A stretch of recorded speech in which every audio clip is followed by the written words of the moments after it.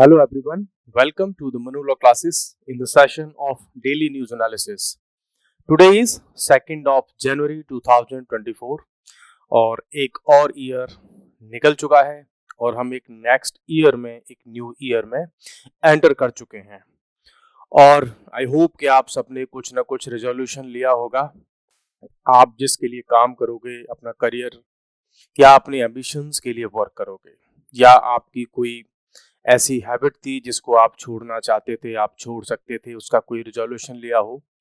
जैसे बहुत सारे लोगों ने रिजोल्यूशन लिया इस बार, हमारे ऑफिस में भी कई सारे लोगों ने लिया इंक्लूडिंग मी, कि जो बहुत सारे लोग रील देखते हैं उसको हम अपनी लाइफ से आउट कर देंगे।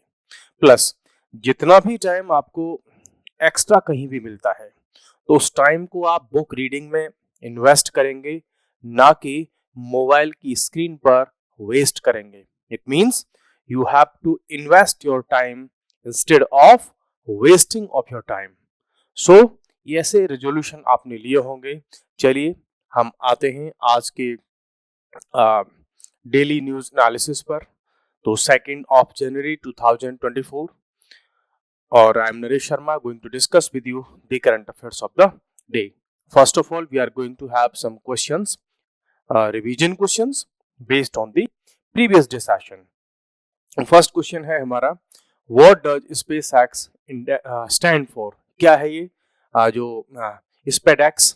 SpaceX एक मिशन था और इसका फुल फॉर्म है स्पेस डॉकिंग एक्सपेरिमेंट और इंडियन स्पेस रिसर्च ऑर्गेनाइजेशन ने ये एक्सपेरिमेंट किया है और इसका मीनिंग मैंने आपको बताया था कि डॉकिंग या रैंडोजिबस डॉकिंग या अनडॉकिंग क्या होता है स्पेस में, वो मैंने आपको एक्सप्लेन किया था। If you want to know it in more detail then you can refer to the previous day session. Next is, from which center did the PSLV C60 rocket launch? तो ये जो PSL C60 rocket था, विच station, कौन से station से इसको launch किया गया था? तो obviously it was launched from Satish Dhawan space centre. और यू नो कि सतीश धवन स्पेस सेंटर आपका श्रीहरिकोटा में है जो कि आंध्र प्रदेश में है। और लोकटक लेक, सॉरी नहीं, एक अनोदर लेक है और उसके आसपास वाले रीजन में ये है वहां पर। नेक्स्ट अब हम चलते हैं एक और क्वेश्चन पर। What is the purpose of the SpaceX mission? इसका पर्पज क्या है स्पेसएक्स मिशन का, स्पेसएक्स मिशन का? इसका पर्पज आपको वेरी क्लियरली पता होना चाहिए। सो इसका पर्पज है टू डेमोन्स्ट्रेट इसके स्पेसक्राफ्ट रैंडोजिबस एंड डॉकिंग टेक्नोलॉजी, कि कैसे दो प्लेन को, दो स्पेस ऑब्जेक्ट्स को हम स्पेस के अंदर आपस में उनको पास में ला सकते हैं, एक ही ऑर्बिट में उनको हम ला सकें और उनको आपस में कनेक्ट कर सकें, डिसकनेक्ट कर सकें।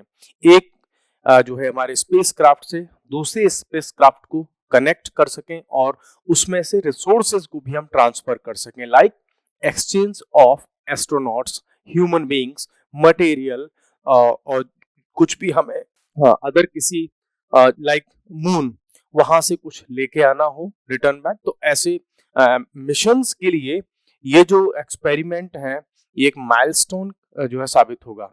What decision has the Taliban made regarding NGOs in Afghanistan? Afghanistan में एनजीओज के रिगार्डिंग में डिसीजन क्या लिया है तालिबान गवर्नमेंट ने? तो वो लिया है कि जितने भी एनजीओज हैं वो सब अपने ऑफिसेज वगैरह, अपनी कंपनी जो भी एनजीओ है वो बंद कर दें अफगानिस्तान में, अगर वो किसी भी महिला को अपने यहाँ पर जॉब देते हैं तो। इट मीन्स महिलाओं को जॉब करना अलाउ नहीं है अकॉर्डिंग टू शरीयत लॉ। तो उसके हिसाब से उन्होंने जो इस्लामिक लॉज हैं उन्हीं के अकॉर्डिंग ये सारे के सारे रूल्स वो इम्प्लीमेंट करते जा रहे हैं। और प्रीवियस डे सेशन में हमने डिस्कस भी किया था कि अब वहां पर अफगानिस्तान में किसी भी हाउस में, मकान में, बिल्डिंग में कोई ऐसी विंडो नहीं होगी जहां से वुमेन बाहर देख सकें या अंदर से कोई वुमेन की तरफ देख सके, या इवन किचन में भी विंडो नहीं होगी। What does the UN security council report regarding Afghan women? Afghan women के रिगार्डिंग में यूनाइटेड नेशंस की जो सिक्योरिटी काउंसिल है उसका क्या कहना है? देखो उसका सिंपल सी यही कहना है कि भाई अफगानिस्तान में जो रेस्ट्रिक्शंस हैं विमेन के अगेंस्ट वो इंक्रीज होते जा रहे हैं। So increase prevention of Afghan women humanitarian workers from performing duties. So बहुत सारे ऐसे जो मिशन होते हैं, इंक्लूडिंग यूनाइटेड नेशंस के मिशन, जो डिफरेंट कंट्रीज में वर्क करते हैं, उनके वॉलंटियर्स होते हैं, ऑफिसर्स होते हैं, रिप्रेजेंटेटिव्स होते हैं, अफगानिस्तान में उनको ठीक से काम नहीं करने दिया जा रहा। क्यों? क्योंकि वो किसी भी तरीके से विमेन की हेल्प ना करें। ठीक है, तो विमेन के अगेंस्ट में बहुत सारा रेस्ट्रिक्शंस लगाया है अफगानिस्तान ने। When did Sheikh Hasina flee to New Delhi? कब इन्होंने न्यू दिल्ली को इंडिया में आई है शेख हसीना? कहाँ से? अब सॉरी, बांग्लादेश से। सो बांग्लादेश से जब ये आई थी तो अगस्त का मंथ था, तब इनको वहां से अपना देश छोड़ के भागना पड़ा था। What charges does Sheikh Hasina face? तो इनके ऊपर जो चार्जेस लगे हुए हैं वो conspiracy, mistreatment, killing of protest या क्राइम अगेंस्ट ह्यूमैनिटी, ऐसे मल्टीपल क्राइम्स के इन पर एलिगेशंस हैं। नेक्स्ट हमारे पास में क्वेश्चन है, what is the principle of trial in absentia? Legal field में एक प्रिंसिपल होता है ट्रायल इन एब्सेंसिया, और इसका मीनिंग होता है कि जो अक्यूज्ड है उस अक्यूज्ड के एब्सेंस में भी ट्रायल की प्रोसीडिंग्स हैं वो कैरी ऑन कर सकती हैं, कंटिन्यूस हो सकती हैं और डिसीजन भी आ सकता है, बिकॉज उस अक्यूज्ड को कोई एडवोकेट रिप्रेजेंट कर सकता है। सो ये है आपका trial can proceed without the accused being present, कि कोर्ट में उस अक्यूज्ड का होना कोई कंपलसरी नहीं है। What could India allow as a possible solution for हसीना's ट्रायल? क्या हम अलाउ कर सकते हैं शेख हसीना के ट्रायल में? तो हमारे पास ऑप्शन है कि हम उनको इन हाउस अरेस्ट कर लें और वीडियो कॉन्फ्रेंसिंग के थ्रू हम उनका ट्रायल यहाँ से चलाते रहें। Next question, which international court could intervene in the case if Hasina's rights are in danger? तो ये कौन सा कोर्ट है जो इसमें इंटरवीन कर सकता है? आपकी नजर में दो कोर्ट होने चाहिए ऐसे मैटर्स के लिए, एक तो आईसीसी और the second one is ICJ, international court of justice. ये दो कोर्ट हैं। So you should know the difference between the jurisdiction and functioning of both the courts. So the first one is, this can be allowed to intervene in such cases where individuals are the accused है। अगर individual से related कोई case है तो उसमें ये, लेकिन जो इंटरनेशनल कोर्ट ऑफ जस्टिस है, this case has the jurisdiction only between state parties. जो स्टेट गवर्नमेंट या स्टेट की गवर्नमेंट होती है, स्टेट का मतलब यहाँ पे यूपी या राजस्थान ऐसे स्टेट नहीं, बट गवर्नमेंट की, कंट्री की बात हो रही है, नेशन की बात हो रही है। तो जो नेशन होते हैं, इंडिया, पाकिस्तान, अफगानिस्तान, उस तरीके से जो नेशंस हैं उनके बीच के डिस्प्यूट्स में आईसीजे इंटरवीन करता है, उसकी ज्यूरिस्डिक्शन स्टार्ट होती है। तो पहला जो हमारा था आईसीसी, इंटरनेशनल क्रिमिनल कोर्ट, यही इंटरवीन कर सकता है ऐसे केसेस में। What is the role of the rendezvous processing process in spacecraft docking? तो इसका क्या रोल हो सकता है? तो aligning spacecraft in the same orbit, एक ही स्पेस ऑर्बिट में डिफरेंट स्पेसक्राफ्ट को हम ले आए, रिड्यूसिंग वेलोसिटी, उनकी स्पीड वगैरह को भी हम कंट्रोल कर सकें, स्पीड। अब आपको पता होगा कि व्हाट इज वेलोसिटी? आप में से है कोई साइंस वाला जो बताए कि व्हाट इज वेलोसिटी, और वेलोसिटी और स्पीड में क्या डिफरेंस होता है?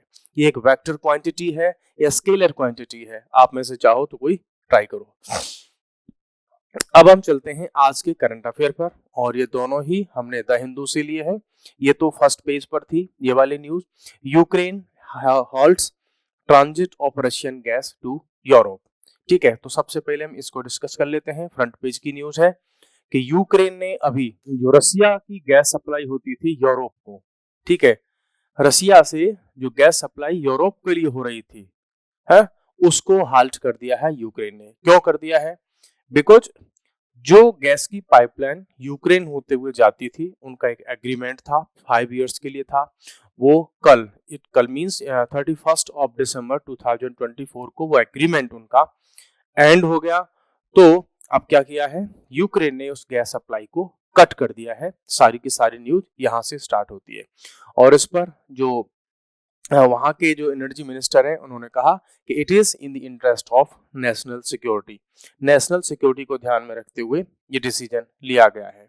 This alliance with Europe's decision two phase out Russian gas. हालांकि इससे पहले यूरोप यूरोपियन यूनियन, उसने भी कहा था कि हम आने वाले टाइम में धीरे धीरे यूरोप के लिए जो गैस आती है रशिया से, उसको हम धीरे धीरे फेज आउट कर देंगे। तो ऐसा लग रहा है कि ये भी एक डिसीजन है।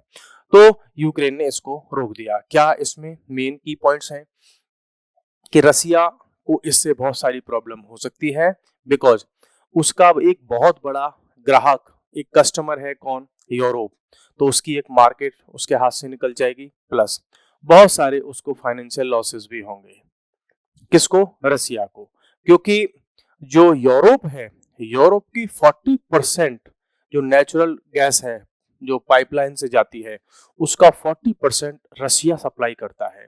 और रसिया की इकोनॉमी में बहुत बड़ा रोल है उस गैस की सप्लाई का, और इससे बेनिफिट होगा यूएसए को। वो that Kyiv would not allow Moscow to use transits to additional billions on our blood, on the lives of our citizens। तो जो यूक्रेन है उसने ये कहा है, यूक्रेन के जो मिनिस्टर वगैरह हैं, कि भाई हम ऐसा कतई नहीं होने देंगे कि हमारे लोगों का खून बहे, हमारे लोगों की जान जाए, और हम रसिया को अपने यहाँ से गैस सप्लाई होने दें, और रसिया उस पैसे से बॉम्ब खरीदे, वेपन्स बनाए और हमारे लोगों को मारे। तो ऐसा हम बिल्कुल नहीं होने देंगे, ये उनका स्टेटमेंट है। एक गैज़प्रोम नाम की जो कंपनी है, ये जो गैस सप्लाई का सारा सिस्टम हैंडल करती थी, उन्होंने भी ये कहा है कि भाई ये जो गैस सप्लाई बंद हो गई, हमारे पास में ना तो कोई लीगल ऑप्शन है अनोदर, ना ही हमारे पास कोई टेक्निकल इंफ्रास्ट्रक्चर है कि अगर यूक्रेन ने इसको बंद कर दिया है तो हम इसको कंटिन्यूअस रख सकें। वॉर से पहले बहुत सारे एग्रीमेंट्स वगैरह इनके हो रखे थे, अब वो धीरे धीरे करके फिनिश हो गए, तो ये अलाउ नहीं होगा। 40% गैस अभी बताया था रसिया सप्लाई करता है यूरोप को, तो 60% बाकी यूरोप अपने अंदर से या अदर कंट्रीज से लेता है। गैस की जो सप्लाई, रसिया के पास में बहुत गैस है और वो पूरे वर्ल्ड को ही सप्लाई करता है, और मेजर सप्लाई जो उसकी है, जो मेजर कस्टमर है उसका है यूरोप। यूरोप के लिए उसने गैस की सप्लाई के लिए 4 पाइपलाइन बिछा रखी हैं, एक बाल्टिक सी से, एक बेलारूस और पोलैंड होते हुए, एक यूक्रेन वाली पाइपलाइन हो गई जिसको अभी यूक्रेन ने बंद कर दिया है, और एक हो गई आपकी ब्लैक सी पाइपलाइन जो कि टर्की से बल्गेरिया की तरफ जाती है, बुल्गारिया की तरफ उस वो है। तो ठीक है, तो ये 4 पाइपलाइन थी, इनमें से इसको अभी रिसेंटली किसने बंद कर दिया है? अभी कल बंद कर दिया यूक्रेन ने, तो इसकी वजह से न्यूज थी। Now let's have all these details और the pipelines on the map. You know, ये जो रीजन है इधर का, ये रसिया का रीजन है सारा का सारा, यहाँ से ऐसे रसिया का रीजन है। तो यहाँ से इनकी 4 पाइपलाइन जाती हैं, एक तो ये जाती है, ठीक है, यहाँ से कनेक्ट होकर के फिर ये टर्की वगैरह की तरफ, यहाँ से भी इधर भी जाती है, इधर एक आपकी बेलारूस वगैरह ये वाली हो गई, और एक इनकी नॉर्ड स्ट्रीम वाली पाइपलाइन हो गई। ठीक है, तो ये पाइपलाइन इनके यहाँ से 4 जाती है, पूरे यूरोप में इनकी पाइपलाइन का एक जाल बिछा हुआ है, एक सिस्टम बना हुआ है, जहां जो रसिया है यूरोप को सप्लाई करता है। अब इससे होगा क्या? यूरोप में आएगा एक एनर्जी क्राइसिस, बिकॉज यूरोप में गैस की, फ्यूल की बहुत डिमांड है, बहुत ज्यादा। वहां पर कोल्ड, या मैं कहूँ कि विंटर सीजन बहुत लंबा होता है, उनको डेली 24 आवर्स गैस की या फ्यूल की रिक्वायरमेंट होती है, और वहां पर आपको सबको पता है कि चारों तरफ आपको आइस कैप्स दिखाई पड़ते हैं, दिन रात जो है स्नोफॉल होती रहती है, तो उस कंडीशन में बहुत बड़ी प्रॉब्लम उनको होने वाली है। अब प्रॉब्लम ये और भी बढ़ जाएगी, क्यों? कि Russia cut off most supplies through Baltic and Belarus Poland pipelines. इसकी जो बेलारूस और पोलैंड वाली पाइपलाइन थी वो पहले ही बंद हो चुकी है।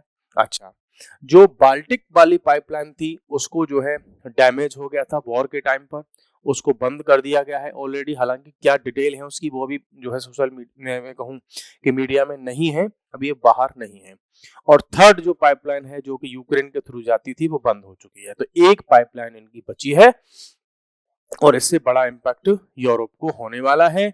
अब इसका रिजल्ट ये होगा कि जो रिजल्ट चाह रहा था कौन? यूएसए, बिकॉज अब 2 कंट्री बचे हैं यूरोप को पावर सप्लाई करने में जो गैस है, तो एक तो नॉर्वे और एक यूएसए। अब ये 2 कंट्री हैं जो यूरोप में the largest natural gas pipeline के जो थ्रू होती है उसको सप्लाई करने वाले ओनली 2 कंट्री बचे हैं, that is Norway and USA. और यूएसए तो हमेशा चाहता है कि रसिया की जो इकोनॉमी है उस पर हम लगातार अटैक करते रहें, उसको हम परेशान करते रहें। Now we are going to have another topic, और ये टॉपिक है आपका एडिटोरियल। द हिंदू का ये एडिटोरियल है, और ये एडिटोरियल जो है आज का है 2 जनवरी का। आप इसे बहुत अच्छे से देख लीजिएगा, न्यूज़ में पढ़ लीजिएगा, उस पेपर में, न्यूज़पेपर में आप देख लीजिएगा, एडिटोरियल में फर्स्ट पेज पर ही ये है। अगर आप इसको रीड करेंगे तो बहुत कुछ आपको सीखने को मिलेगा इंडियन पार्लियामेंट्री डेमोक्रेसी के रिगार्डिंग में, और इंडिया में जो डेमोक्रेसी है, पार्लियामेंट कैसे फंक्शन करती है। इसका इंट्रोडक्शन ये है कि रिसेंट टाइम में पार्लियामेंट में बहुत ज़्यादा डिसरप्शंस हो रहे हैं। अपोजिशन और जो पार्टी अभी गवर्नमेंट में है उनके बीच में बहुत ज़्यादा क्लैशेस हमें देखने को मिले हैं, तो उसी को लेकर के ये आर्टिकल है ना। तो आइए इसको देख लेते हैं। और ये जो आर्टिकल है ये लिखा है मिस्टर शशि थरूर ने, जो कि अपनी जो है हाई लेवल की, बहुत ही कॉम्प्लेक्स लेवल की इंग्लिश के लिए जाने जाते हैं, अपनी वोकैबुलरी के लिए जाने जाते हैं, और बहुत अच्छी इनकी इंटरनेशनल रिलेशंस और पॉलिटिक्स की बहुत अच्छी समझ है। मल्टीपल इन्होंने बुक्स लिखी हैं। So let's start. Disruptions in parliament. Parliament में जो डिसरप्शंस हैं उनको लेकर के उन्होंने कहा है। एक वर्ड यूज कर रहे हैं ये, कॉम्पिटिटिव डिसरप्शंस। ये कह रहे हैं कि जो अपोजिशन पार्टीज हैं वो, और जो ट्रेजरी बेंच वो होती हैं जिसमें जो पार्टी सत्ता में होती है उसके मिनिस्टर वगैरह जिन पर बैठते हैं वो, तो इनका कहना है कि यार दोनों में कंपटीशन हो रखा है कि कौन पार्लियामेंट को ज्यादा जो है निगेटिवली अफेक्ट करेगा, उसको डिसरप्ट करेगा, ये इनका कहना है। मोर एडजॉर्नमेंट्स देन डिस्कशंस। बोला डिस्कशन कम हो रहे हैं और एडजॉर्नमेंट ज्यादा हो रहे हैं। Hardly any work was done. कोई काम तो हो ही नहीं रहा है, कोई मुश्किल से कोई एक आध काम हो रहा है। Session adjournment with wide spread sentiment of letting down the people of India. और अल्टीमेटली इसकी वजह से इंडिया के लोगों को ही नीचे देखना पड़ेगा, उन्हीं की इंसल्ट हो रही है। क्यों? कि जो इलेक्टेड लोग हैं, इलेक्टेड रिप्रेजेंटेटिव्स हैं, वो ऐसा कोई वर्क नहीं कर रहे जिससे कि हम उन पर प्राउड फील कर सकें। During demonstrations by MPs led to accusations. और सिचुएशन तो यहां तक पहुंच गई कि ऐसे से एक्यूजेशंस लगे दोनों की तरफ से, दोनों मींस अपोजिशन और जो पार्टी पावर में है उसके, कि उन्होंने हमको धक्का दिया, हमको चोट लग गई, एक एमपी थे उनका सिर फूट गया, किसी ने आरोप लगाया कि लीडर ऑफ जो अपोजिशन है उन्होंने किसी को पुश किया, धक्का दिया, उनको गिरा दिया। बोला हमारी जो डेमोक्रेसी है, हमारे जो रिप्रेजेंटेटिव्स हैं अब उस लेवल तक पहुंच गए हैं, तो क्या ही हम दुनिया को मुंह दिखाएंगे। President and decline of civility. ये कहते हैं कि ऐसे प्रेसिडेंट हमें देखने को नहीं मिलते हिस्ट्री में, इस तरीके की सिचुएशन रही हो। प्लस डिक्लाइन ऑफ सिविलिटी, एक सभ्यता होती है, एक सिविल नेचर होता है, एक कल्चर होता है, एक डिसेंसी होती है, बोला वो धीरे धीरे डिक्लाइन होती जा रही है, और हम आने वाली जो जनरेशन है उसके लिए बहुत गलत प्रेसिडेंट हम वहां पर सेट कर रहे हैं। यहाँ पर ये एक एग्जाम्पल लेते हैं, श्याम बेनेगल और शशि थरूर जी। बोला हमको एक बार बुलाया गया था, उस समय के जो लीडर ऑफ जो स्पीकर ऑफ लोकसभा थे, तो उन्होंने डिस्कस किया था हमारे साथ में कि कैसे हम अपनी डेमोक्रेसी में अपनी पार्लियामेंट को उसको अच्छे से फंक्शनिंग करवा सकते हैं। और उस समय के स्पीकर थे सोमनाथ चटर्जी। तो इनके बारे में एग्जांपल देते हैं कि वो कैसे बहुत अच्छे से लोकसभा को हैंडल करते थे, डिसरप्शंस बहुत ज्यादा नहीं होने देते थे, है ना। वो ये कहते थे कि आज भी ये कहते हैं कि जो डिसरप्शंस होते हैं वो डेमोक्रेसी का एक पार्ट होते हैं। डिसरप्शन तो होंगे ही, जब इधर से क्वेश्चन होंगे, उधर से आंसर होंगे, तो ये तो होगा। फिर ये कहते हैं कि सस्पेंडिंग और expelling MPs not an easy option. बोला जो एमपीज को उस लोकसभा से, राज्यसभा से उनको सस्पेंड कर देना या उनको हाउस से एक्सपेल कर देना, ये कोई इजी ऑप्शन नहीं होता, ये तो बहुत ही एक्सट्रीम केसेस में यूज करने जाने वाले ऑप्शंस हैं। और जो डिक्लाइन है हमारे पार्लियामेंट्री प्रैक्टिस का, कि अब वो एक रेस्पेक्ट हुआ करता था, एक तरीके से बात करना होता था, उनका एक सिविल कंडक्ट होता था, कोड ऑफ कंडक्ट होता था। बोला अब उनका जो लेवल है वो बहुत ज्यादा गिर गया है। यहीं पर एग्जांपल देते हैं कि प्रीवियसली जो स्पीकर थी मीरा कुमार, तो वो भी जानी जाती थी अपनी डिसेंसी के लिए, तो उस समय पर बीजेपी अपोजिशन में हुआ करती थी, और आज जो है कांग्रेस या अदर पार्टीज अपोजिशन में है। ठीक है, इधर ये स्पीकर सुमित्रा महाजन और ओम बिरला का भी एग्जांपल देते हैं कि एक चीज ये देखने को मिल रही है कि बहुत ज्यादा जो एमपीज हैं वगैरह उनको सस्पेंड किया जा रहा है। ठीक है, प्लस ये कह रहे हैं कि एडजॉर्नमेंट प्रेफर टू एक्सपल्सन, कि देखो जब हाउस में कोई प्रॉब्लम होती है, डिस्कशन नहीं आगे बढ़ पाता, तो हाउस को एडजॉर्न कर दिया जाता है।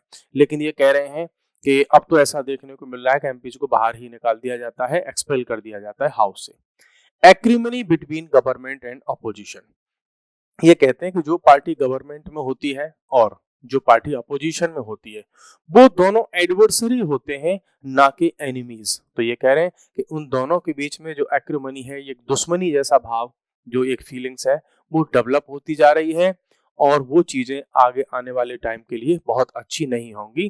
Traditionally a sense of civility range in politics में हुआ करता था, एक सभ्यता से बात करने की चीज वो धीरे धीरे गायब होती जा रही है। अटल बिहारी का इन्होंने एग्जाम्पल दिया, राजीव गांधी का इन्होंने एग्जाम्पल दिया कि जब अटल बिहारी अपोजिशन में होते थे तो वो नेहरू जी की कई बार तारीफ करते थे जब नेहरू जी प्राइम मिनिस्टर थे, और नेहरू जी अटल बिहारी जी की तारीफ किया करते थे।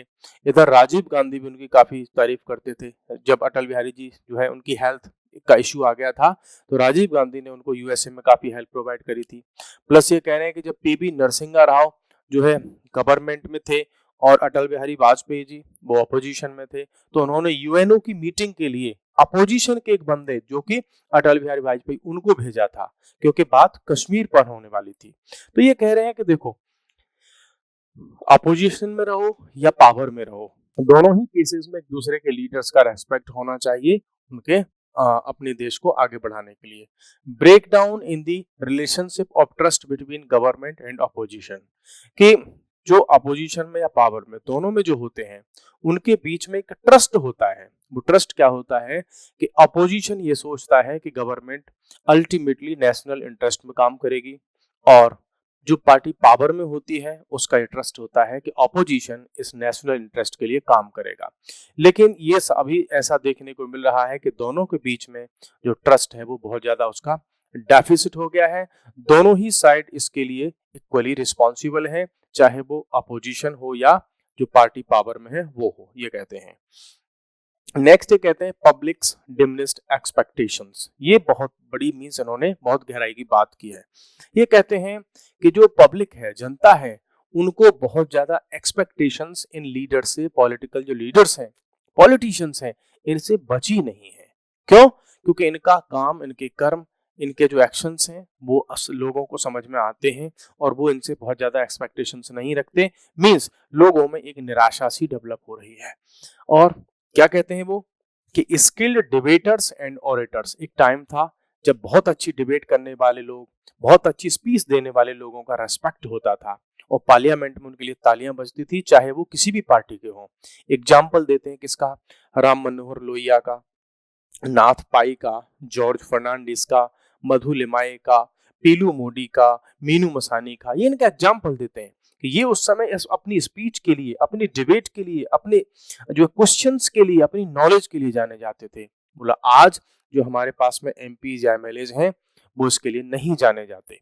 प्लस ये कहते हैं कि अब एक जो कनेक्शन हुआ करता था इलेक्टेबिलिटी और पार्लियामेंट्री परफॉर्मेंस, उन दोनों चीजों के बीच में कनेक्शन खत्म हो गया है। क्या कह रही है कि हो सकता है कि कोई एक एमएलए एमपी बहुत अच्छे से इलेक्शन को जीत के आ सकता है, लेकिन उसकी पार्लियामेंट में क्या परफॉर्मेंस है, इन दोनों में कोई लिंक नहीं है। मींस ये फिर एग्जाम्पल देते हैं कि जिनका नाम लिया, जैसे अभी राम मनोहर लोहिया या अदर लोगों का नाम लिया, तो ये कहते हैं कि अगर वो लोग आज इस इलेक्शन में पार्टिसिपेट करते आज वाले टाइम में, तो इनमें से कोई इलेक्शन नहीं जीत पाता। लेकिन बहुत अच्छे वो पार्लियामेंटेरियन थे, वो मन से काम करते थे पार्लियामेंट में लेजिस्लेशन के लिए। लेकिन आज के टाइम से के लिए ये क्या कह रहे हैं, लोग बहुत अच्छे इलेक्शन में तो जीत करके आ जाते हैं, लेकिन पार्लियामेंट के नाम पर उनके पास कोई कैपेबिलिटी, क्वालिटी नहीं है। नेक्स्ट ये बात करते हैं MPs judged bye there leaders. Plus किसी भी पार्टी के जो लीडर्स हैं उनको उनके खुद के higher leaders, senior leaders parliament की परफॉर्मेंस उनको जज नहीं कर रहे, उनको परफॉर्मेंस कर रहे हैं कि वो कितनी अदर क्वालिटी उनके पास में कितनी है। जैसे कैसे वो जनता को अपने पीछे ला सकते हैं, कैसे बहुत बड़ी पॉलिटिक्स क्रिएट कर सकते हैं, कैसे वो सोसाइटी में एक नया माहौल क्रिएट कर सकते हैं, कैसे पार्टी के मतलब के लिए, पार्टी के बेनिफिट के लिए काम कर सकते हैं। पार्लियामेंट में क्या परफॉर्मेंस है उस पर उनका कोई फोकस ही नहीं है। फिर ये कहते हैं talent exhibited in television studios. ये कहते हैं कि एक टाइम था जब एमएलए एमपीज अपने टैलेंट को पार्लियामेंट में दिखाते थे। अब ये हो रहा है कि वो अपना टैलेंट टेलीविजन के शो में जाकर के दिखाते हैं कि मैं कैसे अच्छी डिबेट कर सकता हूं, जबकि वही डिबेट इनको पार्लियामेंट में ये नहीं कर पाते हैं। ठीक है, फिर ये कहते हैं कि पब्लिक जजेस representatives by constituent services and local political weight but not based on their capabilities to be a good parliamentarian. एक ऐसा प्रेसिडेंट, एक ऐसी परंपरा चल पड़ी है कि जो पब्लिक है, जो जनता है, जो वोटर है, वो अब अपने एमपीज को इस बेसिस पर जज नहीं कर रहे कि वो पार्लियामेंट में क्या खेल खेल रहे हैं, पार्लियामेंट में उनकी क्या परफॉर्मेंस है, लेकिन पब्लिक अब उनको कैसे जज कर रही है कि उनका लोकल कॉन्स्टिट्यूशन में कितना वेट है, कितनी जनता उनके पीछे चलती है, कितनी गाड़ियों का उनके पास में काफिला है, लोकल एरिया में उनका कितना दबदबा है। इन चीजों से जनता उनको जज करती है, जबकि जनता को जज करना चाहिए कि पार्लियामेंट में वो हमारे लिए क्या कर रहे हैं। नेक्स्ट, फिर ये बात करते हैं डिसरप्शन एंड कंटेम्प्ट की। ये कह रहे हैं कि कोई एक पार्टी ने दोनों ही डिसरप्शन कर रहे हैं और दोनों ही उस पार्लियामेंट्री डेमोक्रेसी का, उस डिसेंसी का जो है कंटेम्प्ट कर रहे हैं, उसकी इंसल्ट कर रहे हैं। MPs have limited interest in legislation, और ये बात तो देखने को लग भी जाती है। ये कह रहे हैं कि जो एमपीज इलेक्ट होकर के आ जाते हैं उनका लेजिस्लेशन में तो कोई इंटरेस्ट ही नहीं है। मींस आपने देखा होगा कि कितने सारे एमपीज हमको पार्लियामेंट में सोते हुए मिलते हैं। आप वीडियो देखिए, कितने सारे एमपीज तो ऐसे भी पकड़े गए जो पार्लियामेंट में बैठ करके पॉर्न देख रहे थे, है ना। ऐसे से कितने सारे केसेस हमें देखने को मिल जाते हैं। तो इट मींस उनको जनता के बेनिफिट से कोई लेना देना नहीं होता, बस एक बार इलेक्ट होकर के पहुंच गए, अब अपनी मस्ती में, अपनी अच्छी लाइफ स्टाइल वगैरह जीने में वो बिलीव करते हैं। Prefer to disturb proceedings rather than debate. Debate करने की बजाय वो जो प्रोसीडिंग्स होती हैं उसको डिस्टर्ब करना चाहते हैं। बीजेपी गवर्नमेंट भी इसके लिए रिस्पॉन्सिबल है और अदर पार्टीज भी इसके लिए रिस्पॉन्सिबल है। Parliament treat as notice board. भैया कोई भी गवर्नमेंट हो, पार्लियामेंट को एज ए नोटिस बोर्ड मत मानो कि बस उनको नोटिस दे दिया कि ये लॉ हम बना रहे हैं और बस अपने दम पर बना करके ले जाए। नहीं, parliament is a place for debates, for questions, for answers, इस सब के लिए है। फिर एक एग्जांपल देते हैं, ये कहते हैं कि असल में एमपीज वो अच्छे हैं जो कोई मिनिस्टर को क्वेश्चन पूछें तो उस मिनिस्टर को स्पीचलेस कर दें। इतने क्वेश्चंस हो उनके पास में, इतना लॉजिक हो उनके पास में, इतना डेटा हो, फैक्ट्स हो, उनके बेसिस पर गवर्नमेंट से क्वेश्चन पूछें। तो ये कह रहे हैं कि ना तो अपोजिशन के पास, ना ही पार्लियामेंट के पास, किसी के पास में जो अपोजिशन या मैं कहूँ कि पार्टी जो पावर में है, किसी के पास में भी ऐसे जो लेजिस्लेटर्स हैं, एमपीज हैं, उनकी बहुत ज्यादा जो है रेफ्ट है, उनके पास में कमी है। ठीक है, अब ये कंक्लूजन में हम कह देते हैं कि diminishing of parliamentary deeply damaging to democracy. अगर पार्लियामेंट में ये चीजें डिसरप्ट हो रही हैं तो हम अपने यहाँ की डेमोक्रेसी को डीपली डैमेज कर रहे हैं। Custodians allowing parliament to be robbed of values. और पार्लियामेंट जो डेमोक्रेसी के कस्टोडियन हैं, कौन? जो एमपीज हैं, जो एमएलएज हैं, वही इन वैल्यूज को रॉब कर रहे हैं। Next, public will not miss parliament when it is gone. अगर पार्लियामेंट खत्म हो जाती है, उसकी डेमोक्रेसी खत्म हो जाती है, तो पब्लिक इसको याद नहीं रखेगी। क्यों? उनको उम्मीद ही नहीं है इससे। नेक्स्ट कहते हैं diminishing of parliament deeply damaging to India's democracy. अगर पार्लियामेंट में ये डिसरप्शंस हो रहे हैं, पार्लियामेंट डैमेज अगर हो रही है, तो इंडिया की डेमोक्रेसी को ही डैमेज किया जा रहा है अल्टीमेटली। फिर लास्ट में ये क्वेश्चन पूछते हैं कि what will remain if we lose democracy in parliament. भाई आम पब्लिक में तो डेमोक्रेसी बहुत कम देखने को मिलती है। ये कहते हैं कि अगर डेमोक्रेसी पार्लियामेंट में से खत्म हो गई तो फिर क्या बचेगा। ये क्वेश्चन आपके लिए है, हम सबके लिए है। तो हमें यहाँ से बहुत सारे क्वेश्चंस मिले, कुछ अंडरस्टैंडिंग, हमारे कॉन्सेप्ट भी आपको थोड़ा समझ में आए होंगे। So I hope you liked this session. और आज के लिए इतना ही। कल फिर मिलते हैं एक नए सेशन में, नए टॉपिक के साथ में, एमसीक्यूज के साथ में। तो तब तक के लिए thank you, bye bye, take care.